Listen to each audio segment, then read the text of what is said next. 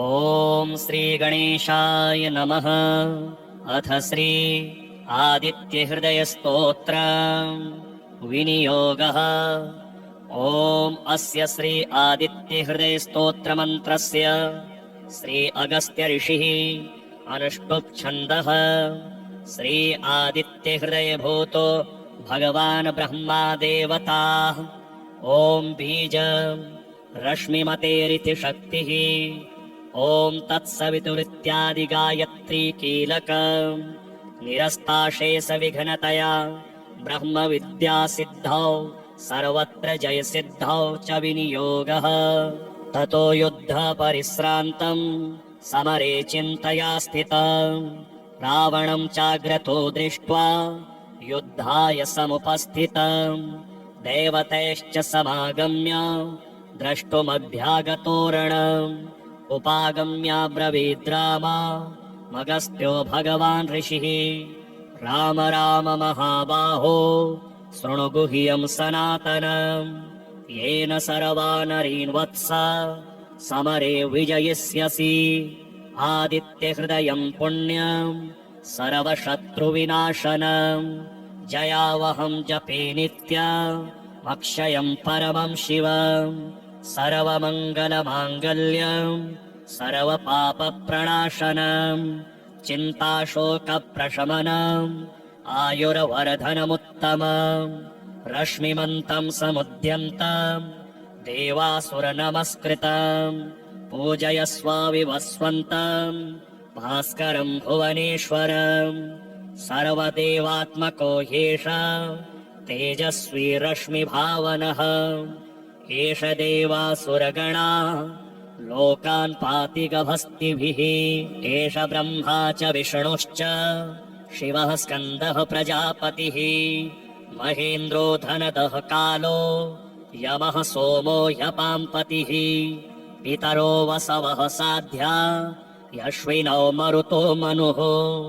वायुर्वह्निः प्रजाप्राण ऋतुकर्ता प्रभाकरः। आदित्यः सविता सूर्यः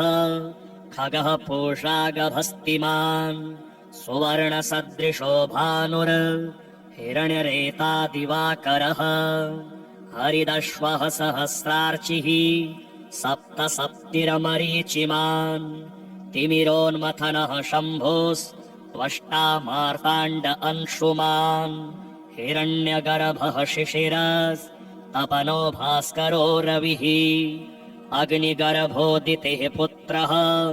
शङ्खः शिशिरनाशनः। व्योमनाथस्तमो भेदी ऋग्यजुःसामपारगः। घनवृष्टिरपां मित्रो विन्ध्यवीथि प्लवङ्गमः। आतपी मण्डली मृत्युः पिङ्गलः सर्वतापनः। कविर्विश्वो महातेजः रक्तः सर्वभवोद्भवः। नक्षत्रग्रहताराणामधिपो विश्वभावनः। तेजसामपि तेजस्वी द्वादशात्मन्नमोऽस्तु ते। नमः पूर्वाय गिरये पश्चिमायाद्रये नमः। ज्योतिर्गणानां पतये दिनाधिपतये नमः। जयाय जयभद्राय हर्यश्वाय नमो नमः। नमो नमः सहस्रांशो आदित्याय नमो नमः। नम उग्राय वीराय सारंगाय नमो नमः। नमः पदमप्रबोधाय मार्ताण्डाय नमो नमः। ब्रह्मेशानाच्युतेशाय सूर्यायादित्यवर्चसे भास्वते सर्वभक्षाय रौद्राय वपुषे नमः। तमोघ्नाय हिमघ्नाय शत्रुघ्नायामितात्मने कृतघ्नघ्नाय देवाय ज्योतिषां पतये नमः। तप्तचामीकराभाय वहनये विश्वकर्मणे नमस्तमोभिनिघ्नाय रुचये लोकसाक्षिणे। नाशयत्येष वैभूतं तदेव सृजति प्रभुः आयत्तेष तपत्येष वर्षत्तेष गभस्तिभिः एष सुप्तेषु जागर्ति भूतेषु परिनिष्ठितः एष एवाग्निहोत्रं च फलं चैवाग्निहोत्रिणाम् वेदाश्च क्रतवश्चैव क्रतूनां फलमेव च यानि कृत्यानि लोकेषु सर्व एष रविः प्रभुः तेन मापत्सु कृच्छ्रेषु कान्तारेषु भयेषु च कीर्तयन् पुरुषः कश्चिन् नावसीदति राघव पूजयस्वैनमेकाग्रो देवदेवं जगत्पतिम् एतत् त्रिगुणितं जप्त्वा युद्धेषु विजयिष्यसि अस्मिन् क्षणे महाबाहो रावणं त्वमवधिष्यसि एवमुक्त्वा तदागस्त्यो जगाम च यथागतम् एतच्छ्रुत्वा महातेजा नष्टशोको भवत्तदा धारयामास सुप्रीतो राघवः प्रयतात्मवान् आदित्यं प्रेक्ष्य जप्त्वा तु परं हर्षमवाप्तवान्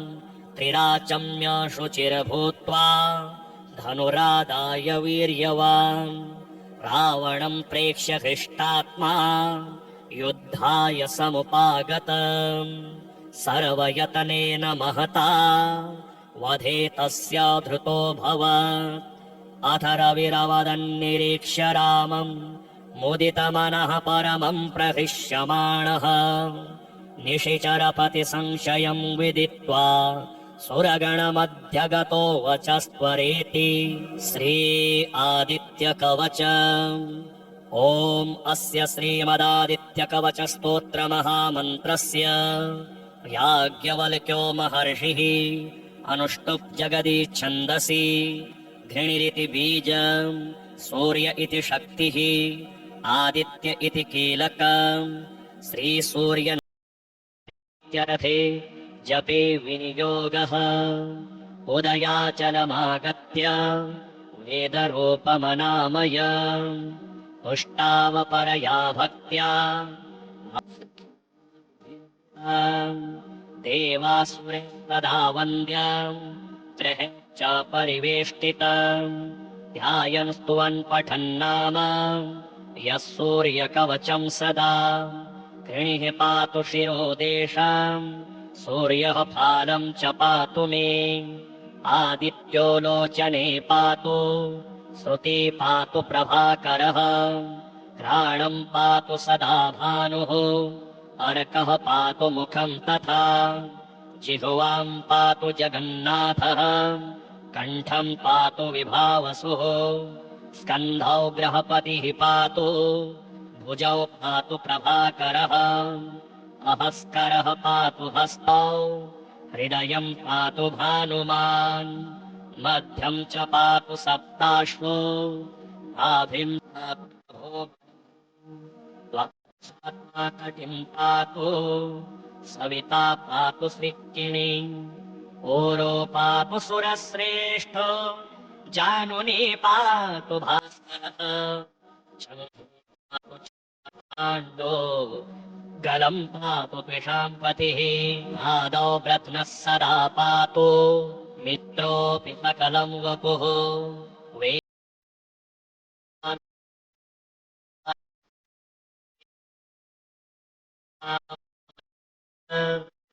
रूपः प्रभाकरः स्तोत्रेणानेन सन्तुष्टो आनखिल्यादिभिर्वृतः साक्षाद् वेदमयो देवो रथारूढः समागतः तं दृष्ट्वा सहसोत्थाय अञ्जलिपुटो भूत्वा सूर्यस्याग्रे स्थितस्तदा वेदमूर्तिरमहाभागो ज्ञानम्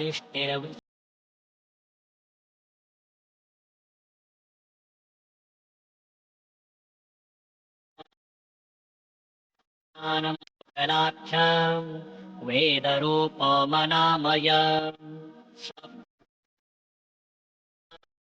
सकर्म ब्रह्मवाचकम् मुनिमध्यापयामास प्रथमं सविता स्वयं तेन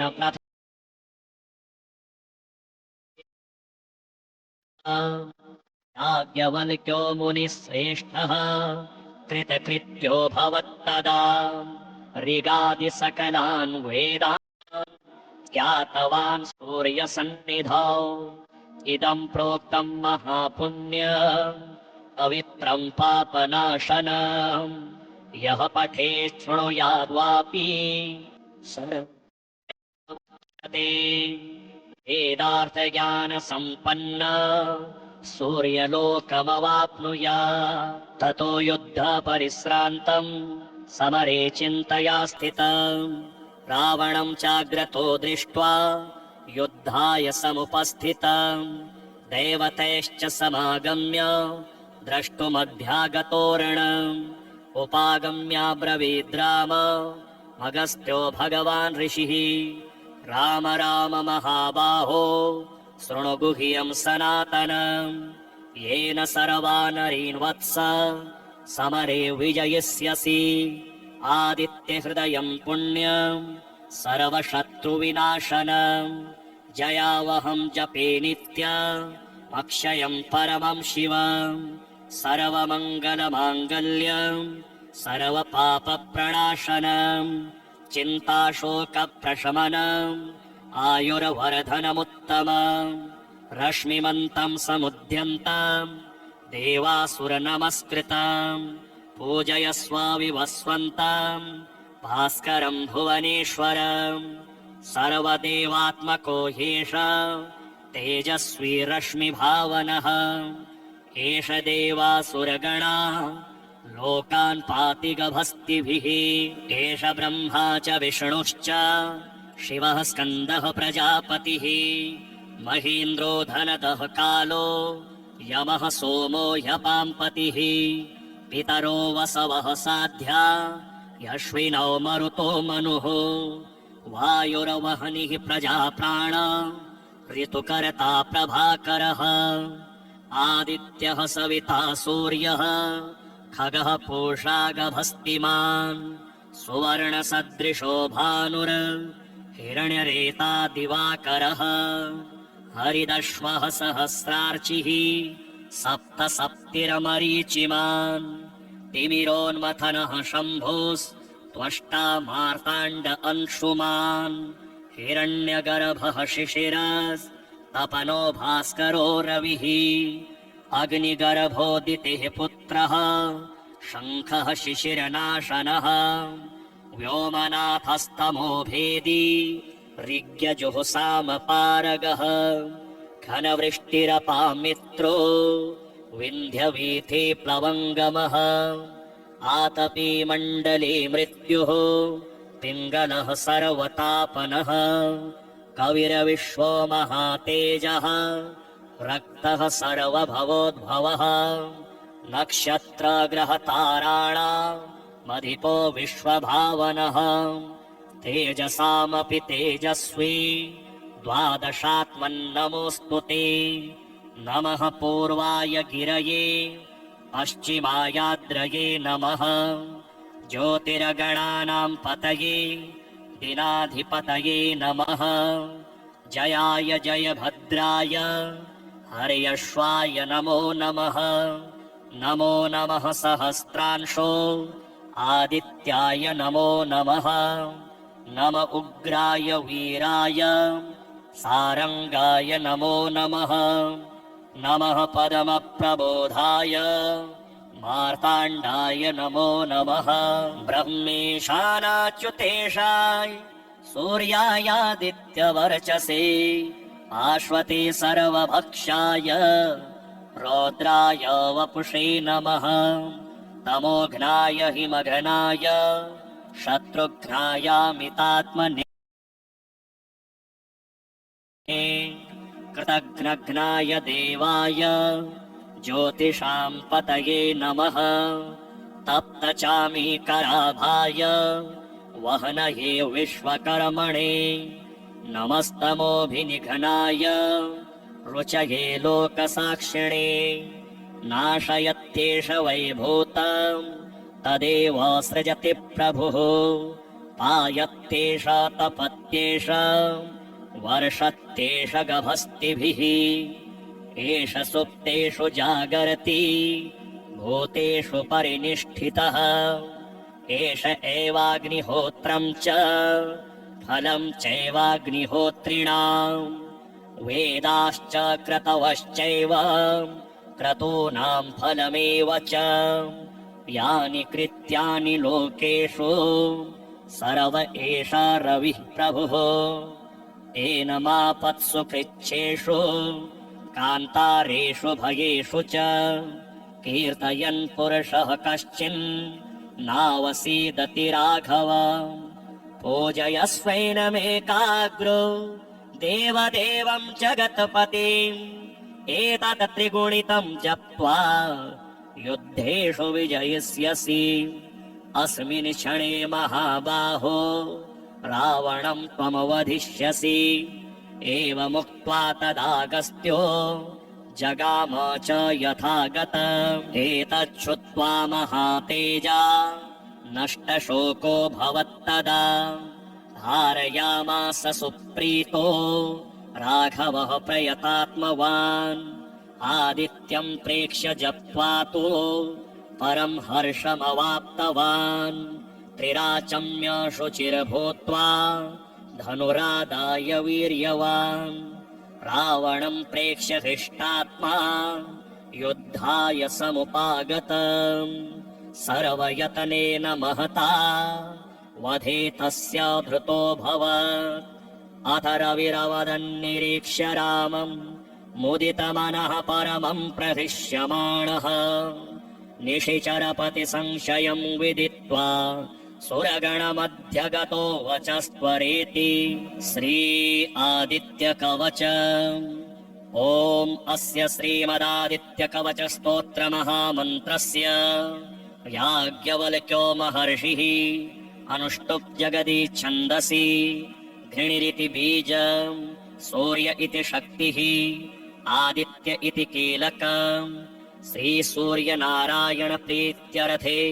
जपे विनियोगः उदयाचलमागत्य वेदरूपमनामयम् तुष्टावपरया भक्त्या वालखिल्यादिभिर्वृतम् देवासुरैः सदा वन्द्यम् ग्रहेश्च परिवेष्टितम् ध्यायन् स्तुवन् पठन्नाम यः सूर्यकवचम् सदा कृणिः पातु शिरोदेशम् सूर्यः फालम् च पातु मे आदित्यो लोचने पातु श्रुती पातु प्रभाकरः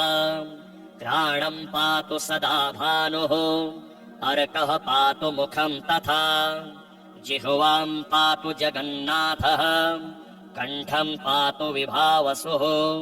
स्कन्धौ ग्रहपतिः पातु भुजौ पातु प्रभाकरः अहस्करः पातु हस्तौ हृदयम् पातु भानुमान् मध्यम् च पातु सप्ताश्वो नाभिम् पातु नभो मणिः द्वादशात्मा कटिम् पातु सविता पातु सृक्किणी ओरो पातु सुरश्रेष्ठो जानुनी पातु भास्करः जङ् पातु च मार्ताण्डो गलम् पातु द्विषाम्पतिः नादौ प्रत्नः सदा पातु मित्रो सकलम् वपुः वेदत्रयात्मक स्वामी जगत्पते यातयामम् तमकञ्चिद रूपः प्रभाकरः स्तोत्रेणानेन सन्तुष्टो वालकिल्यादिभिर्वृतः साक्षाद् वेदमयो देवो रथारूढः समागतः तम् दृष्ट्वा सहसोत्थाय दण्डवत् प्रणमन् जलिपुटो भूत्वा सूर्यस्याग्रे स्थितस्तदा वेदमूर्तिर्महाभागो ज्ञानदृष्टिर्विचार्य च पूर्वम् नाम विवर्जितम् सत्त्वप्रधानम् शुक्लाख्यम् वेदरूपमनामयम् शब्दब्रह्म सतकर्म ब्रह्मवाचकम् मुनिमध्यापयामास प्रथमम् सविता स्वयम् तेन प्रथमदत्तेन परमेश्वरः याज्ञवल्क्यो मुनिश्रेष्ठः कृतकृत्यो भवत्तदा ऋगादिसकलान् वेदान् ज्ञातवान् सूर्यसन्निधौ पवित्रम् पापनाशनम् यः पठे शृणुयाद्वापि सर्वपापैः प्रमुच्यते वेदार्थज्ञानसम्पन्न सूर्यलोकमवाप्नुयात् ततो युद्धपरिश्रान्तम् समरे चिन्तया स्थितम् रावणम् चाग्रतो दृष्ट्वा युद्धाय समुपस्थितम् देवतैश्च समागम्य द्रष्टुमध्यागतोरणम् उपागम्याब्रवीद् राम मगस्त्यो भगवान् ऋषिः राम राम महाबाहो शृणु गुह्यम् सनातनम् येन सर्वा नरीन् वत्स समरे विजयिष्यसि आदित्यहृदयम् पुण्यम् सर्वशत्रुविनाशनम् जयावहम् जपे नित्य अक्षयम् परमम् शिवम् सर्वमङ्गलमाङ्गल्यम् सर्वपापप्रणाशनम् चिन्ताशोकप्रशमनम् आयुर्वर्धनमुत्तमम् रश्मिमन्तम् समुद्यन्तम् देवासुरनमस्कृतम् पूजयस्वाविवस्वन्तम् भास्करम् भुवनेश्वरम् सर्वदेवात्मको ह्येष तेजस्वी रश्मिभावनः एष देवासुरगणा लोकान् पाति गभस्तिभिः एष ब्रह्मा च विष्णुश्च शिवः स्कन्दः प्रजापतिः महेन्द्रो धनदः कालो यमः सोमो ह्यपाम्पतिः पितरो वसवः साध्या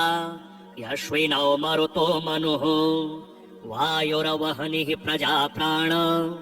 ऋतुकर्ता प्रभाकरः आदित्यः सविता सूर्यः खगः पूषा गभस्तिमान् सुवर्णसदृशो भानुर् हिरण्यरेता दिवाकरः हरिदश्वः सहस्रार्चिः सप्त सप्तिरमरीचिमान् तिमिरोन्मथनः शम्भोस्त्वष्टा मार्ताण्ड अंशुमान् हिरण्यगर्भः शिशिरस्तपनो भास्करो रविः अग्निगर्भोदितेः पुत्रः शङ्खः शिशिरनाशनः व्योमनाथस्तमो भेदी ऋग्यजुहुसामपारगः घनवृष्टिरपामित्रो विन्ध्यवीथि प्लवङ्गमः आतपी मण्डले मृत्युः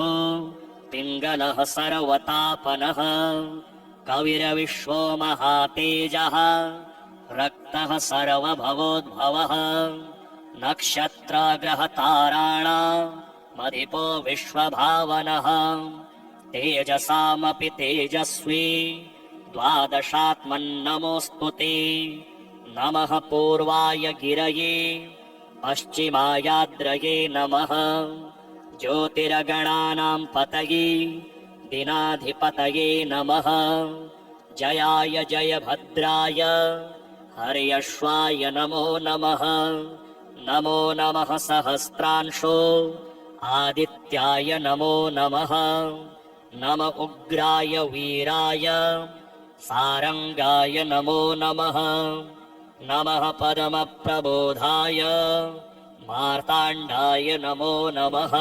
ब्रह्मेशानाच्युतेशाय सूर्यायादित्यवर्चसे पार्श्वते सर्वभक्षाय रौद्राय वपुषे नमः तमोघ्नाय हिमघ्नाय शत्रुघ्नायामितात्मने कृतघ्नघ्नाय देवाय ज्योतिषां पतये नमः तप्तचामीकराभाय वहनये विश्वकर्मणे नमस्तमोऽभिनिघ्नाय रुचये लोकसाक्षिणे नाशयत्येष वैभूतं तदेव सृजति प्रभुः पायत्येष तपत्येष वर्षत्येष गभस्तिभिः एष सुप्तेषु जागर्ति भूतेषु परिनिष्ठितः एष एवाग्निहोत्रं च फलं चैवाग्निहोत्रिणां वेदाश्च क्रतवश्चैव क्रतूनां फलमेव च यानि कृत्यानि लोकेषु सर्व एष रविः प्रभुः एनमापत्सु कृच्छ्रेषु कान्तारेषु भयेषु च कीर्तयन् पुरुषः कश्चिन् नावसीदति राघव पूजयस्वैनमेकाग्रो देवदेवं जगत्पतिम् एतत् त्रिगुणितं जप्त्वा युद्धेषु विजयिष्यसि अस्मिन् क्षणे महाबाहो रावणं त्वमवधिष्यसि एवमुक्त्वा तदागस्त्यो जगाम च यथागतम् एतच्छ्रुत्वा महातेजा नष्टशोको भवत्तदा धारयामास सुप्रीतो राघवः प्रयतात्मवान् आदित्यं प्रेक्ष्य जप्त्वा तु परं हर्षमवाप्तवान् त्रिराचम्य शुचिर्भूत्वा धनुरादाय वीर्यवान् रावणं प्रेक्ष्य हृष्टात्मा युद्धाय समुपागतम् सर्वयतनेन महता वधे तस्य धृतोऽभवत् अथ रविरवदन्निरीक्ष्य रामं मुदितमनः परमं प्रहृष्यमाणः निशिचरपतिसंशयं विदित्वा सुरगणमध्यगतो वचस्त्वरेति श्री आदित्यकवच ॐ अस्य श्रीमदादित्यकवचस्तोत्रमहामन्त्रस्य याज्ञवल्क्यो महर्षिः अनुष्टुप् जगदि छन्दसि घृणिरिति बीजं सूर्य इति शक्तिः आदित्य इति कीलकम् श्रीसूर्यनारायणप्रीत्यर्थे जपे विनियोगः उदयाचलमागत्य वेदरूपमनामयम् तुष्टावपरया भक्त्या वालखिल्यादिभिर्वृतम् देवासुरैः सदा वन्द्यम् ग्रहेश्च परिवेष्टितम् ध्यायन् स्तुवन् पठन्नाम यः सूर्यकवचं सदा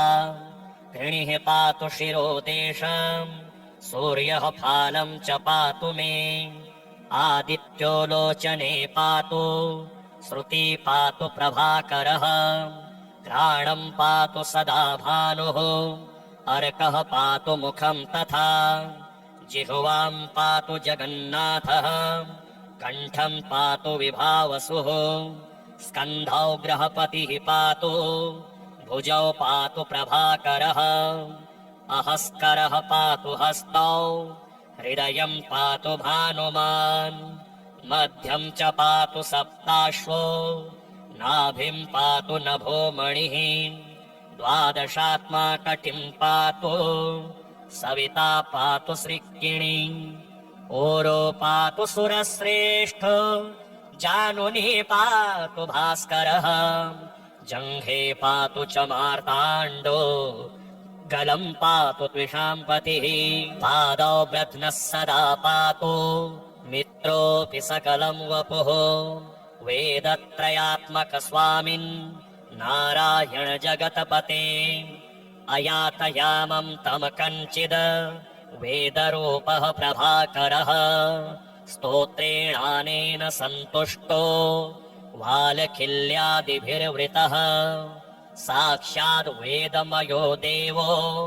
रथारूढः समागतः तं दृष्ट्वा सहसोत्थाय दण्डवत् प्रणमन् भुवि कृताञ्जलिपुटो भूत्वा सूर्यस्याग्रे स्थितस्तदा वेदमूर्तिर्महाभागो ज्ञानदृष्टिर्विचार्य च ब्रह्मणा स्थापितं पूर्वं यातयाम विवर्जितम् सत्त्वप्रधानं शुक्लाख्यं वेदरूपमनामयम् शब्दब्रह्ममयं वेदम् सतकर्म ब्रह्मवाचकम् मुनिमध्यापयामास प्रथमं सविता स्वयं तेन प्रथमदत्तेन वेदेन परमेश्वरः याज्ञवल्क्यो मुनिश्रेष्ठः कृतकृत्यो भवत्तदा ऋगादिसकलान् वेदान् ज्ञातवान् सूर्यसन्निधौ इदं प्रोक्तं महापुण्यं पवित्रं पापनाशनं यः पठेत् शृणुयाद्वापि सर्वपापैः प्रमुच्यते वेदार्थज्ञानसम्पन्ना सूर्यलोकमवाप्नुयात् ततो युद्धपरिश्रान्तं समरे चिन्तया स्थितम् रावणं चाग्रतो दृष्ट्वा युद्धाय समुपस्थितम् देवतैश्च समागम्य द्रष्टुमभ्यागतोरणम् उपागम्याब्रवीद् राम अगस्त्यो भगवान् ऋषिः राम राम महाबाहो शृणु गुह्यं सनातनम् येन सर्वानरीन् वत्स समरे विजयिष्यसि आदित्यहृदयं पुण्यं सर्वशत्रुविनाशनम् जयावहं जपे नित्यमक्षयं परमं शिवम् सर्वमङ्गलमाङ्गल्यम् सर्वपापप्रणाशनम् चिन्ताशोकप्रशमनम् आयुर्वर्धनमुत्तमम् रश्मिमन्तं समुद्यन्तम् देवासुरनमस्कृतम् पूजयस्व विवस्वन्तम् भास्करं भुवनेश्वरम् सर्वदेवात्मको ह्येष तेजस्वी रश्मिभावनः एष देवासुरगणा लोकान् पाति गभस्तिभिः एष ब्रह्मा च विष्णुश्च शिवः स्कन्दः प्रजापतिः महेन्द्रो धनदः कालो यमः सोमो ह्यपाम्पतिः पितरो वसवः साध्या यश्विनौ मरुतो मनुः वायुर्वह्निः प्रजाप्राण ऋतुकर्ता प्रभाकरः आदित्यः सविता सूर्यः खगः पूषा गभस्तिमान् सुवर्णसदृशो भानुर् हिरण्यरेता दिवाकरः हरिदश्वः सहस्रार्चिः सप्त सप्तिरमरीचिमान् तिमिरोन्मथनः शम्भुस्त्वष्टा मार्ताण्ड अंशुमान् हिरण्यगर्भः शिशिरस्तपनो भास्करो रविः अग्निगर्भोदितेः पुत्रः शङ्खः शिशिरनाशनः व्योमनाथस्तमो भेदी ऋग्यजुःसामपारगः घनवृष्टिरपामित्रो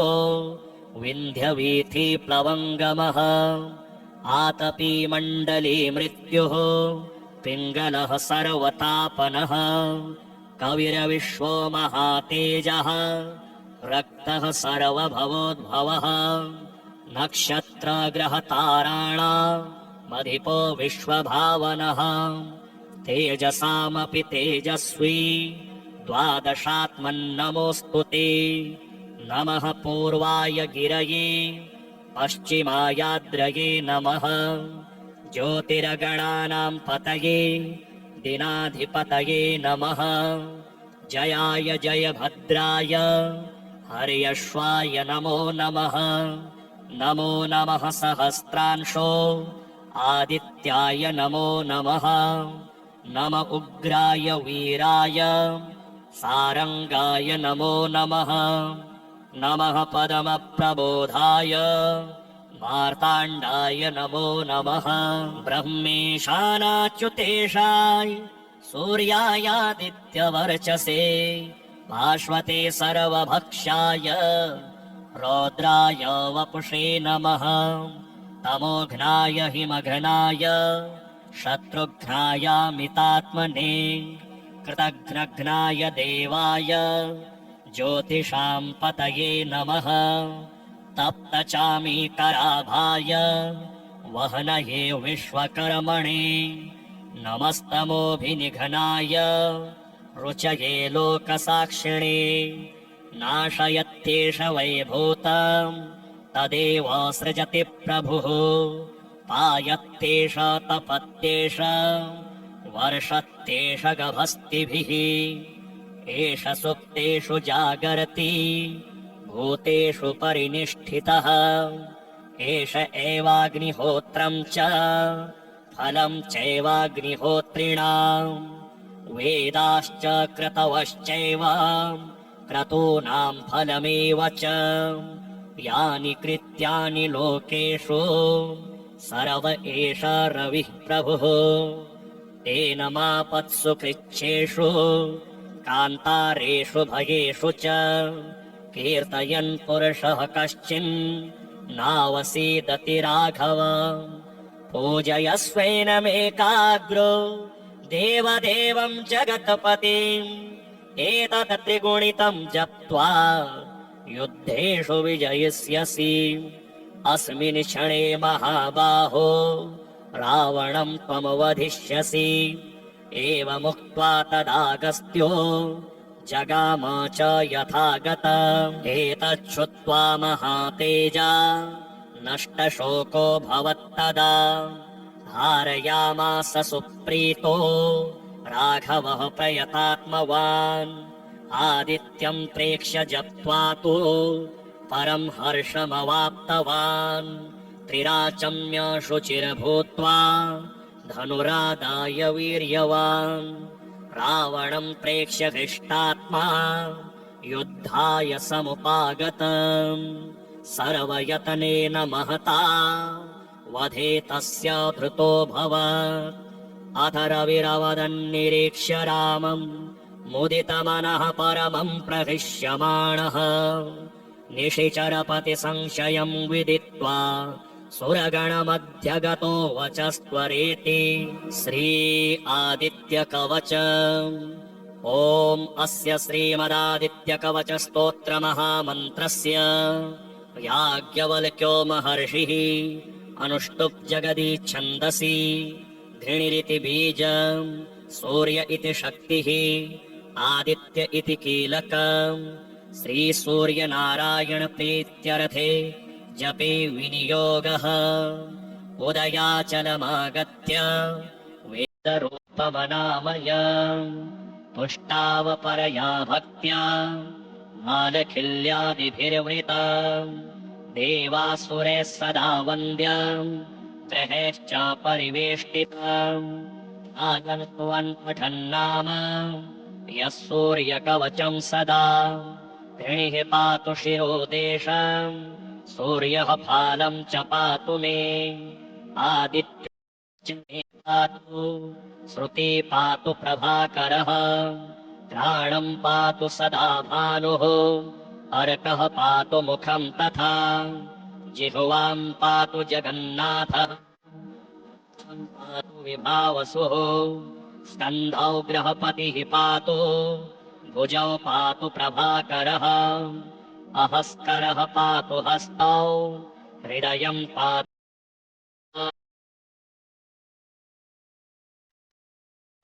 नाभिं पातु नभो मणिः द्वादशात्मा कटिं पातु सविता पातु सृक्किणी पातु सुरश्रेष्ठ जानुने पातु भास्करः जङ्घे पातु च मार्ताण्डो गलं पातु त्विषाम्पतिः पादौ प्रध्नः सदा पातु तोऽपि सकलं वपुः वेदत्रयात्मक स्वामिन् नारायण जगतपते अयातयामं तम कञ्चिद वेदरूपः प्रभाकरः स्तोत्रेणानेन सन्तुष्टो वालखिल्यादिभिर्वृतः साक्षाद् वेदमयो देवो समागतः तं दृष्ट्वा सहसोत्थाय दण्डवत् प्रणमन् भुवि कृताञ्जलिपुटो भूत्वा सूर्यस्याग्रे स्थितस्तदा वेदमूर्तिरमहाभागो ज्ञानदृष्टिर्विचार्य च ब्रह्मणा स्थापितम् पूर्वम् यातयाम विवर्जितम् सत्त्वप्रधानम् शुक्लाक्षम् वेदरूपमनामयम् शब्दब्रह्ममयम् वेदम् सतकर्म ब्रह्मवाचकम् मुनिमध्यापयामास प्रथमम् सविता स्वयम् तेन प्रथमदत्तेन वेदेन परमेश्वरः याज्ञवल्क्यो मुनिः श्रेष्ठः कृतकृत्यो भवत्तदा ऋगादिसकलान् वेदान् ज्ञातवान् सूर्यसन्निधौ इदम् प्रोक्तम् महापुण्यम्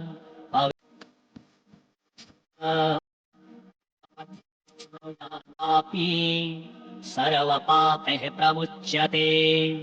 वेदार्थज्ञानसम्पन्ना सूर्यलोक ततो युद्धपरिश्रान्तम् समरे चिन्तया स्थितम् रावणम् चाग्रतो दृष्ट्वा युद्धाय समुपस्थितम् देवतैश्च समागम्य द्रष्टुमभ्यागतोरणम् उपागम्याब्रवीद्राम अगस्त्यो भगवान् ऋषिः राम राम महाबाहो शृणु गुह्यम् सनातनम् येन सर्वा नरीन् वत्स समरे विजयिष्यसि आदित्यहृदयम् पुण्यम् सर्वशत्रुविनाशनम् जयावहम् जपे नित्यमक्षयम् परमम् शिवम् सर्वमङ्गलमाङ्गल्यम् सर्वपापप्रणाशनम् चिन्ताशोकप्रशमनम् आयुर्वर्धनमुत्तमम् रश्मिमन्तम् समुद्यन्तम् देवासुरनमस्कृतम् पूजयस्वाविवस्वन्तम् भास्करम् भुवनेश्वरम् सर्वदेवात्मको ह्येष तेजस्वी रश्मिभावनः एष देवासुरगणा लोकान् पाति गभस्तिभिः एष ब्रह्मा च विष्णुश्च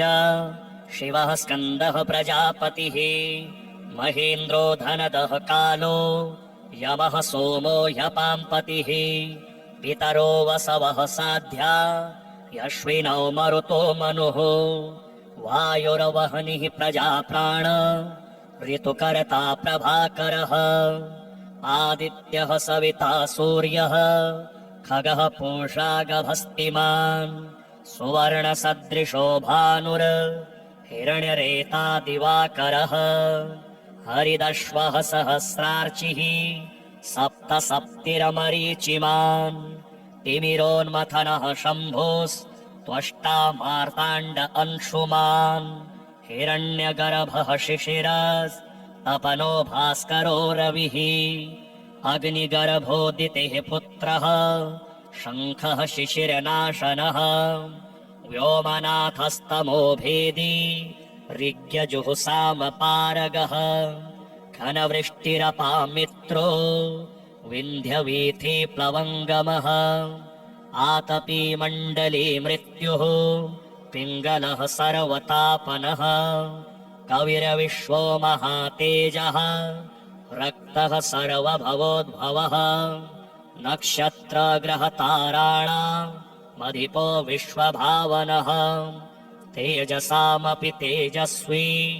द्वादशात्मन्नमोऽस्तु ते नमः पूर्वाय गिरये पश्चिमायाद्रये नमः ज्योतिरगणानां पतये दिनाधिपतये नमः जयाय जयभद्राय हर्यश्वाय नमो नमः नमो नमः सहस्रांशो आदित्याय नमो नमः नम उग्राय वीराय सारंगाय नमो नमः नमः पदमप्रबोधाय मार्ताण्डाय नमो नमः ब्रह्मेशानाच्युतेशाय सूर्यायादित्यवर्चसे पार्श्वते सर्वभक्षाय रौद्राय वपुषे नमः तमोघ्नाय हिमघ्नाय शत्रुघ्नाय मितात्मने कृतघ्नघ्नाय देवाय ज्योतिषां पतये नमः तप्तचामीकराभाय वहनये विश्वकर्मणे नमस्तमोभिनिघ्नाय रुचये लोकसाक्षिणे नाशयत्येष वैभूतं तदेव सृजति प्रभुः पायत्येष तपत्येष वर्षत्येष गभस्तिभिः एष सुप्तेषु जागर्ति भूतेषु परिनिष्ठितः एष एवाग्निहोत्रं च फलं चैवाग्निहोत्रिणाम् वेदाश्च क्रतवश्चैव क्रतूनां फलमेव च यानि कृत्यानि लोकेषु सर्व एष रविः प्रभुः तेन मापत्सु कृच्छेषु कान्तारेषु भयेषु च कीर्तयन् पुरुषः कश्चिन् नावसीदति राघव पूजयस्वैनमेकाग्रो देवदेवं जगत्पतिम् एतत् त्रिगुणितं जप्त्वा युद्धेषु विजयिष्यसि अस्मिन् क्षणे महाबाहो रावणं त्वमवधिष्यसि एवमुक्त्वा तदागस्त्यो जगाम च यथागतम् एतच्छ्रुत्वा महातेजा नष्टशोको भवत्तदा धारयामास सुप्रीतो राघवः प्रयतात्मवान् आदित्यं प्रेक्ष्य जप्त्वा तु परं हर्षमवाप्तवान् त्रिराचम्य शुचिर्भूत्वा धनुरादाय वीर्यवान् रावणं प्रेक्ष्य हृष्टात्मा युद्धाय समुपागतम् सर्वयतनेन महता वधे तस्य धृतो भवत् अथ रविरवदन्निरीक्ष्य रामं मुदितमनः परमं प्रहृष्यमाणः निशिचरपतिसंशयं विदित्वा सुरगणमध्यगतो वचस्त्वरेति श्री आदित्यकवचम् ॐ अस्य श्रीमदादित्यकवचस्तोत्रमहामन्त्रस्य याज्ञवल्क्यो महर्षिः अनुष्टुप् जगदि छन्दसि घृणिरिति बीजम् सूर्य इति शक्तिः आदित्य इति कीलकम् श्रीसूर्यनारायण जपे योगः उदयाचलमागत्य वेदरूपमनामय तुष्टावपरया भक्त्या आलखिलादिभिर्विहाम् देवासुरः तदा वन्द्यम् ग्रहे च परिवेष्टितम् ध्यायन् स्तुवन् पठन्नाम यः सूर्यकवचं सदा मुनिः पातु शिरोदेशम् सूर्यः फालं च पातु मे आदित्यो लोचने पातु श्रुति पातु प्रभाकरः घ्राणं पातु सदा भानुः अर्कः पातु मुखं तथा जिह्वां पातु जगन्नाथः कण्ठं पातु विभावसुः स्कन्धौ बृहस्पतिः पातु भुजौ पातु प्रभाकरः अहस्करः पातु हस्तौ हृदयं पातु भानुमान् मध्यं च पातु सप्ताश्वो नाभिं पातु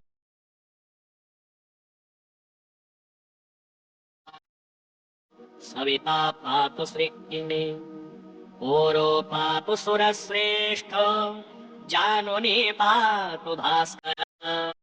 शङ्खे पातु च मार्ताण्डो गलं पातु द्विषाम्पतिः पादौ व्रत्नः सदा पातु मित्रोऽपि सकलं वपुः वेद जगतपते अयातयामं तमकञ्चिद वेदरूपः प्रभाकरः स्तोत्रेणानेन सन्तुष्टो वालखिल्यादिभिर्वृतः साक्षाद् वेदमयो देवो रथारूढः समागतः तं दृष्ट्वा सहसोत्थाय कृताञ्जलिपुटो भूत्वा सूर्यस्याग्रे स्थितस्तदा वेदमूर्तिर्महाभागो ज्ञानदृष्टिर्विचार स्थापितम् पूर्वम् यातयाम विवर्जित सत्त्वप्रधानम् शुक्लाख्यम् वेदरूपमनामयम् शब्दब्रह्मयम् वेदम् सतकर्म ब्रह्मवाचकम् मुनिमध्यापयामास प्रथमम् सविता स्वयम् तेन प्रथम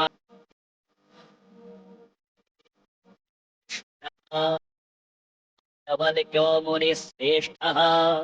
कृतकृत्यो भवत्तदा ऋगादिसकलान् वेदान् ज्ञातवान् सूर्यसन्निधौ इदम् प्रोक्तम् न पुण्यम् पवित्रम् पापनाशनम् यः पठेत् शृणुयाद्वापि उच्यते वेदार्थज्ञानसम्पन्न सूर्यलोकमवाप्नुयात्